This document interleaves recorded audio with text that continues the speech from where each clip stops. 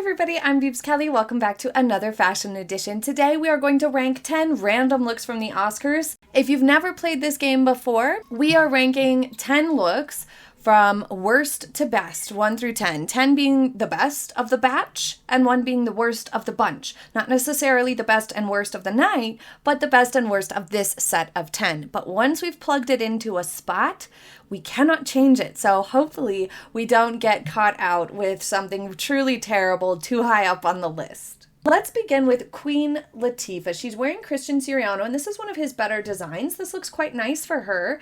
It would have been helpful to have a little bit more volume to the skirt to counter the general top-heavy weight of this.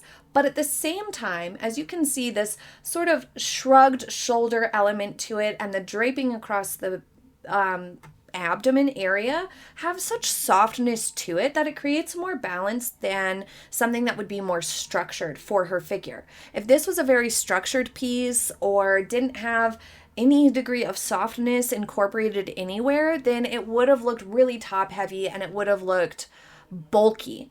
But because this top layer here has some softness to the way the fabric is laying and gathered, it does help to soften the overall effect of that silhouette, which is good. I still don't think it's like a perfect match for her, but her styling is really great here, nice and simple. It doesn't look to be too awful wrinkly. There's a little bit of weird fitting around the bust. As you can see, we have some puckering and some extra lines there that just aren't quite working nicely. So I'm going to put it as a 4. I think if it would have been polished up a little bit more and had ever so slightly more volume in the skirt, it would have been really wonderful. Next, we have Divine Joy Randolph. This is Tamara Ralph Couture. This is a pretty gown. I really like the way she styled her hair. Her hair and makeup for this is really nice. And I like the texture changes. We have this sheer train. We have the sort of silky fabric gathering throughout the skirt portion that looks really luscious. And then we have the sort of sequined bodice. My beef with this is in the fit around the bust. You can see so much coming out on top of where the bust line and neckline of this is that it just looks like it doesn't fit her quite right, and it draws the eye to the spillage and the upper arm area rather than letting you appreciate the dress. This could have been combated by just adding like a sweetheart style neckline and some sleeves or just some straps. It would have helped to smooth this area here. When you're very busty, trying to do a push-up situation can often result in a lot of spillage, so it maybe just wasn't the best match. However, the draping along the hip here actually really does help to balance her figure really nicely. She needed a little bit of visual weight or volume added to the hip to balance the bare upper, strapless area of it. So that was good, but the fit of it is still just too unfortunate. I guess I'll put this, it's a tough choice between 3 and 5. I guess I'll put it at number 5, but I kind of wish I would have put this at number 4 and Queen Latifa at number 5. Gal Gadot is next. She looks beautiful. This is Prada, but it's not the best. Notice how it seems to be widening her waistline here. This is creating a sort of bulky silhouette for her torso, which isn't nice. She is so beautiful, has such a wonderful figure, and I've seen her look so stunning on the red carpet. This just doesn't do her justice. The exaggerated V shape to the bodice with the volume at the hip area is starting too high and then going too low. So it's just kind of creating an awkward proportion. So I'm going to put this at 3. The color is gorgeous. The skirt looks phenomenal. But the fit of this doesn't match her body type in a way that's most flattering, or as flattering as it should be. Demi Moore in Giorgio Armani Privé and Chopard Diamonds. This is a beautiful dress. This had great success by adding that volume to the hip. As you'll notice, this makes her waistline look more well-defined and balances the bare shoulder line, and she's a little bit bustier. So that really helps to balance her overall silhouette, creating to the eye a more defined hourglass body type than she naturally has. So this was really beautiful match for her. I really like how the seams and the hemline of this is all very, very tidy. The only complaint that I have is the bust is ill-fitting. As you can see, it almost looks like there's padding down here, and then her cleavage is up here. There's not a match to the shape here, so it's kind of obvious that there was some padding and some tape going on to create this effect, which is fine. Pretty much all women tape underneath their dresses just to keep everything the way it's supposed to look. You're going to be photographed. There's nothing wrong with taking those precautions whatsoever. The problem is when it doesn't line up the way it's supposed to, and it creates this sort of awkward quad boob effect. So because of that, I can't put it any higher up than maybe 8, because that's only one problem with the whole thing. Her jewelry and everything look nice. This silver color looks pretty on her. I think it's gorgeous. Cynthia Erivo is wearing custom Louis Vuitton and Roberto coin. This is a gorgeous, luscious dark green velvet. This is really dramatic, really, really beautiful. Is it appropriate for the red carpet? I think it can get away with it because it's still really classy and elegant in terms of the big ball gown. This over-the-shoulder element is supposed to resemble a bow.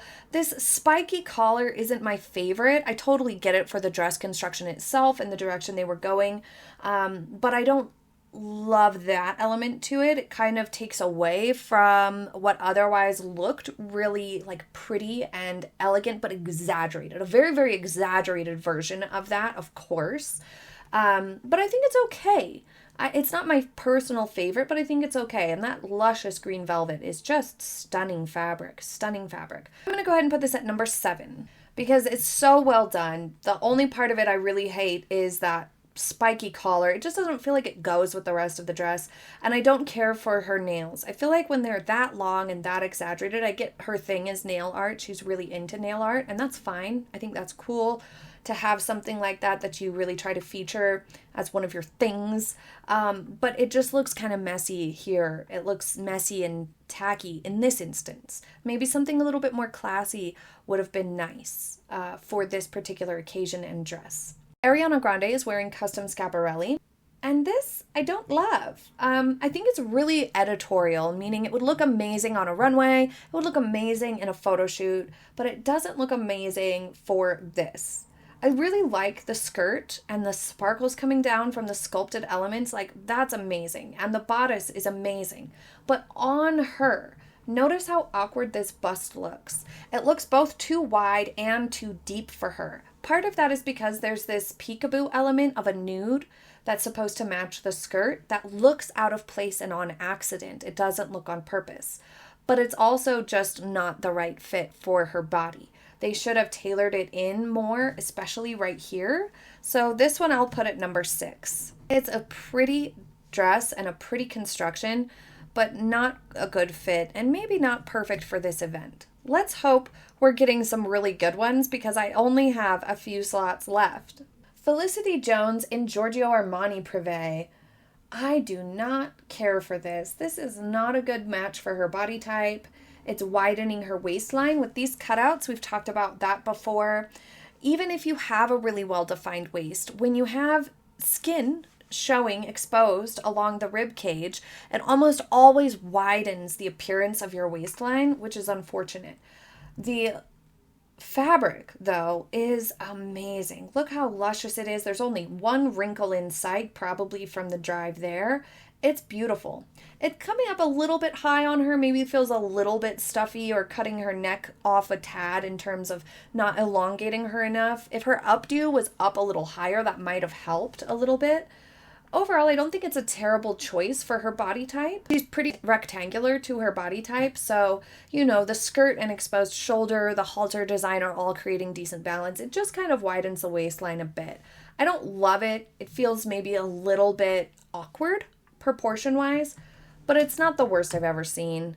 I can't put it at 9 or 10. I just can't. So I'm going to have to put it at number 2. Mikey Madison in Dior and Tiffany & Co. jewelry. This is beautiful. I really, really like this. It's ever so slightly wrinkled along the bottom and the train, like a little stiff. I wish they would have done something to add just a little bit more softness to it for her. And the black bust line area is maybe a little bit of an intense contrast. I think she would have benefited from wearing some opera gloves to really tie that black in more. I think that would have helped a lot. Or even if the train had a black accent somewhere, or the bow had a black accent, I think that would have helped to tie it in so it wouldn't be so jarring. I will put this at number 9, though if I were just scoring it out of 10, I would give it more like a 7. I love Dior, but this just needed a little bit of refinement to really be perfection, in my opinion. Monica Barbaro is wearing Dior also, and as I said, I love Dior, but I don't love this. This is a cute idea for a dress. I really quite like it. It's elongating the waistline. It's a new take on an empire cut, which is wonderful. But the bralette situation peeking out looks a little bit ill-fitting, and it just doesn't mesh well enough with the dress itself. It doesn't connect, and there's nothing tying them together. Also, the dress looks ever so slightly wrinkly. There's something funky going on with the hemline, so it doesn't look as polished as I would expect from Dior. I also think a slightly more romantic hairstyle would have helped this along a little bit.